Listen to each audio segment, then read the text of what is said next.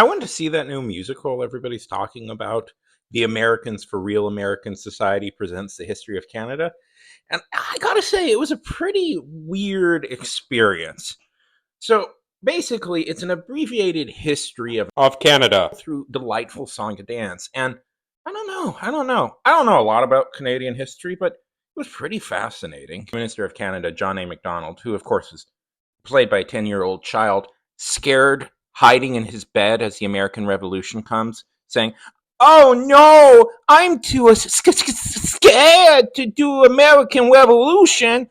I guess I'll just be a part of England." The audience really laughed at that part after the explanation of who the character was exactly. Then it was a fantasia of different famous historical Canadian moments. One of my favorites was the really sad song sung by the British Columbians about how they clearly should have been part of America and everything in British Columbia should have been America, and how the evil government is tricking them into not being part of America.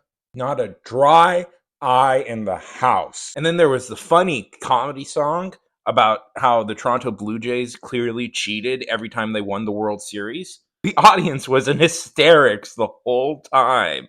Then there was the cool rock song about how many better things America has than Canada, like how Vermont syrup is better, how American beer is better, and how coffee crisps are totally overrated as snacks and nobody should like them. And then one of my favorites is when they had Bret Hart come out and sing a song all about how Shawn Michaels should have screwed him over that night and how Shawn Michaels was correct. Anyways, it was a truly inspiring night, and I learned a lot about Canadian history I never knew before. Who would have thought just 4 weeks ago the American Society for Americans was arguing that the US should just invade Canada? And you don't see any of that in this musical. I mean, yes, there is a very beautiful song that ends the show about how Canada is just waiting for one day to become the 51st state of America. But, it's a beautiful sentiment. I truly think so.